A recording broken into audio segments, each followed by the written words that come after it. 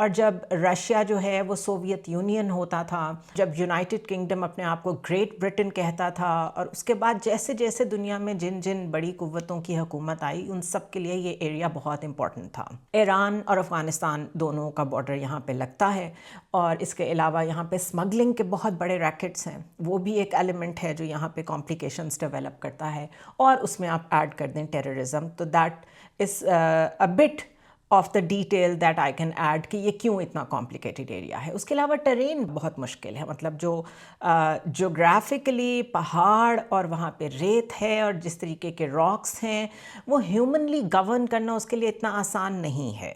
یہ بالکل ویسے ہی ہے جس طرح طالبان نے افغانستان میں 20 سال نیٹو فورسز اور یو ایس کے ساتھ جنگ لڑ لی، اور اس لیے جیتی کیونکہ افغانستان کی terrain is very difficult to conquer.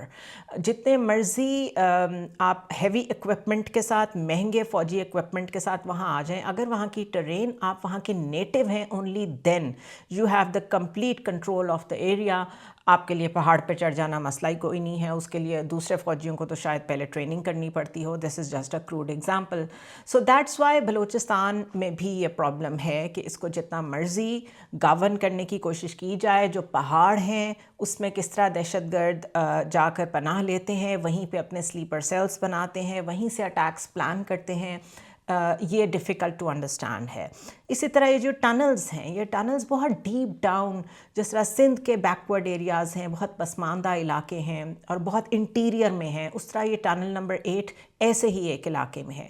تو آپ امیجن کریں the amount of planning that must have been put to do all this, جو کچھ ہو رہا ہے.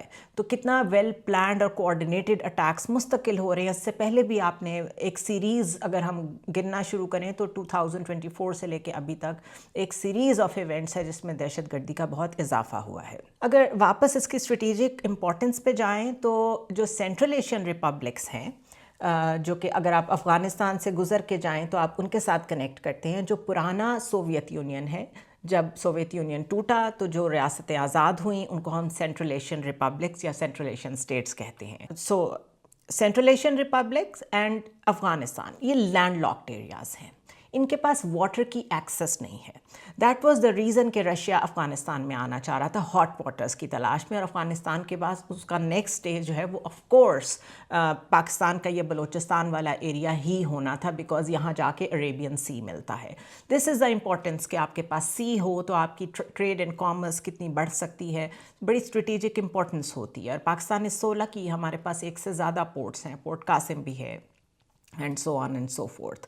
سو جو سینٹرل ایشین ریپبلک ہیں وہ بھی لینڈ لاکڈ ہیں، افغانستان بھی لینڈ لاکڈ ہے، اور اس کے بعد پاکستان آتا ہے. سو اگر ایک اسٹیبل افغانستان ہوگا، اگر وہاں پر اسٹیبلٹی ہوگی، وہاں پہ اگر چائنا انویسٹ کرے، وہاں پہ دنیا انویسٹ کرے، تو ایک اسٹیبل اور پیسفل افغانستان پاکستان کی اکانومی میں بہت بڑا رول پلے کر سکتا ہے. اس لیے for a very long time کبھی ایک سپر پاور نے آ کے افغانستان کو ڈی اسٹیبلائز رکھا ہے، کبھی دوسری سپر پاور نے آ کے افغانستان کو ڈی اسٹیبلائز رکھا، اور پھر جو باقی کسر رہ جاتی ہے وہ خود افغانستان میں جو ملیٹنسی ہے، جو طالبان اب خود گورن کر رہے ہیں اور اب خود اس کو ہب بنا رہے ہیں ٹیررزم کا، وہ ایک کسر پوری کر رہے ہیں. سو ایک تھیوری یہ بھی ہے کہ the superpowers are going to make this region as unstable as possible. Why? Because us there instability رہے گی تو جو چائنا کی رائزنگ پاور ہے، ان کا جو بیلٹ اینڈ روڈ انیشیٹو ہے، جو وہ کنیکٹیوٹی اور انگیجمنٹ کی کوشش کر رہے ہیں دنیا میں، وہ نہیں ہو سکے گی. دس از دا کی ایریا. اسی لیے آپ نے دیکھا بلوچستان میں چائنیز نیشنلز پہ اٹیک ہوتے ہیں. اسی طرح آپ نے دیکھا کراچی میں ایک بلوچ جو سوسائڈ بامبر خاتون تھیں، انہوں نے اٹیک کیا چائنیز ایمبیسی پہ. This is why China understands this issue, اور وہ سمجھتا ہے کہ یہ اٹیکس کوئی پاکستان گورنمنٹ کی لاپرواہی یا ان کی کمپلیسنسی کی وجہ سے نہیں ہو رہے. They understand the greater design. So اس وقت جیو پالیٹکس میں اور جیو اسٹریٹجک ڈیزائنس میں 2 پاورز ایٹ پلے ہیں. یو ایس کنٹین کرنے کی کوشش کرتا ہے, کنٹرول کرنے کی کوشش کرتا ہے. چائنا انگیج کرنے کی کوشش کرتا ہے, اینڈ انگیجمنٹ اینڈ کنیکٹیوٹی اور بزنس اینڈ اکانومی کی طرف جانے کی, جیو اکنامکس میں پوٹ ان کرنے کی کوشش کرتا ہے. اس کو کاؤنٹر کرنا از دا بگر ایم آف یو ایس. اس بڑی گیم میں, سپر پاورز کی گیم میں, بیچ میں پاکستان اور بیچ میں بلوچستان اور یہ سارے معاملات آتے ہیں, جس کی وجہ سے جو انسٹیبلٹی یہاں کریٹ کی جاتی ہے ہم ان سے امپیکٹ ہوتے ہیں. باقی چیزیں چھوٹی ہیں کہ ہم کسی اگر دہشت گرد تنظیم کا نام لیں اور یہ بات کریں کہ اس کو کون فنڈ کر رہا ہے, وہ چھوٹی باتیں ہیں. مین ڈیزائن یہ ہے کہ اس علاقے کو, اس ریجن کو جتنا ڈی اسٹیبلائز کیا جائے اتنا بہتر ہے. سو انڈین اوشن میں اپنی جو پریزنس ہے اس کو انٹیکٹ رکھنے کے لیے, اپنا کنٹرول رکھنے کے لیے یو ایس جو ہے وہ انویسٹ کرتا ہے into India.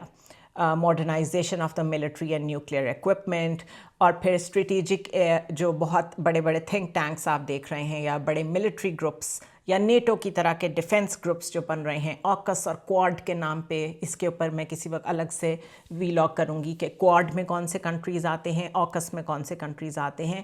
And this is Y, کیونکہ فوکس سارا چائنا پہ آ رہا ہے, ایشیا پہ آ رہا ہے, کہ یہاں پہ پراسپیرٹی کو اور جو کنیکٹیوٹی بی آر آئی لے کے آ رہا ہے چائنا, اس کو روکنا ہے. اس لیے they want to pull out of NATO. This is one reason کہ وہ اپنا ڈیفینس بجٹ باقی دنیا میں جہاں جہاں لگاتے ہیں وہ وہاں سے روک کے یہاں پر کانسنٹریٹ کرنا چاہتے ہیں. سو دیٹ از وائی آنے والے ٹائم میں پاکستان میں دہشت گردی بہت بڑا چیلنج رہے گی, کیونکہ یہ کریٹڈ ہے, یہ نیچرل نہیں ہے, یہ آرگینک نہیں ہے. اس کو وہ فیس اور کور جتنا مرضی دیں کہ یہ تو بلوچستان کے لوگ ہیں, وہ ڈس امپاورڈ فیل کرتے ہیں, اس لیے وہ علیحدہ ہونا چاہتے ہیں اور اس کو ایک سیپریٹسٹ لک دینا چاہتے ہیں. وہ ایک علیحدہ ان کا ایک فیس ہے جو انہوں نے دنیا میں بہت زیادہ پھیلایا ہوا ہے اور بہت زیادہ اس پہ پروپیگنڈا ہوتا ہے. بٹ ہیونگ سیڈ دیٹ, یہ بات صحیح ہے کہ ہم اس وقت دو سپر پاورز کی وار میں ہم پس رہے ہیں, but that has always been the case. ہمیشہ ایسا ہی رہا ہے. افغان وار میں جب افغان جہاد کا ہم حصہ بن رہے تھے اس وقت سوچنا سمجھنا چاہیے تھا, لانگر پلاننگ نہیں کی ہم نے کبھی. ہمارے جو لوگ ہیں, ہماری جو بھی لیڈرشپ ہے, اس نے بیٹھ کے کبھی یہ نہیں سوچا کہ یہ پورا جو ریجن ہے یہ کس ڈائریکشن میں جا رہا ہے. ہم ہر وقت یہ ڈیبیٹ تو کرتے رہتے ہیں کہ پاکستان کے یو ایس کے ساتھ کیسے تعلقات ہونے چاہیے. ہم کبھی یہ ڈیبیٹ نہیں کرتے کہ پاکستان کے ایک ہی وقت میں سب کنٹریز کے ساتھ اچھے تعلقات کیسے ہو سکتے ہیں, اور ہم اپنی اس جیو پولیٹیکل اور جیو اسٹریٹیجک لوکیشن کو کیسے بیسٹ یوٹیلائز کر سکتے ہیں. So these are the demerits جو ہمیں اپنی گورنمنٹس کو, اپنی لیڈرشپ کو دینے پڑیں گے کہ یہ ان کی غلطی ہے جس کی وجہ سے آج ہم یہاں پہ کھڑے ہیں. اس کے بعد سوچنا یہ ہے کہ جو بلوچستان کے لوگ ہیں ہم نے ان کو کیوں اگنور کیا ہوا ہے, اور ہم نے اگنور کیا ہوا ہے, اس میں کوئی شک نہیں ہے. وہاں جو ان ایمپلائمنٹ ہے, وہاں جو نئی انڈسٹری لگتی ہے, اس میں لوکل لوگوں کا شیئر کیوں نہیں ہوتا, اس سے لوگوں کے حالات کیوں نہیں بہتر ہوتے, اور ان کا جو آپ وقتاً فوقتاً گوادر وغیرہ کے آس پاس جو لوگوں کے آپ پروٹیسٹس وٹنس کرتے رہتے ہیں, ان پروٹیسٹ کی وجہ یہی ہے. وہ کہتے ہیں آپ ہمارا فیئر شیئر دیں ہمیں. اگر ہمارے علاقے سے گیس جا رہی ہے, ہمارے علاقے میں مائننگ ہے, ہمارے علاقے میں انویسٹمنٹ آ رہی ہے, یہاں انڈسٹری لگ رہی ہے, تو پہلا رائٹ وہاں کے لوگوں کا ہے کہ ان کو وہاں پر آپ پڑھا لکھا کے امپاور کریں, وہ وہیں پہ رہیں. ان کو کیوں پنجاب آنا پڑے پڑھنے کے لیے, ان کو کیوں سندھ جانا پڑے, وہ کیوں ڈسلوکیٹ ہوں. ان کے ہیلتھ کیئر, ان کی ایجوکیشن, اس سب میں اگر آپ نے انویسٹ نہیں کیا تو جب یہ دو اینگلز مکس ہوں گے جس میں انٹرنیشنل ایکٹرز لوکل لوگوں کے اندر جو کمی رہ گئی ہے, جو احساس کمتری ہے, اگر اس کو ایکسپلوئٹ کریں گے.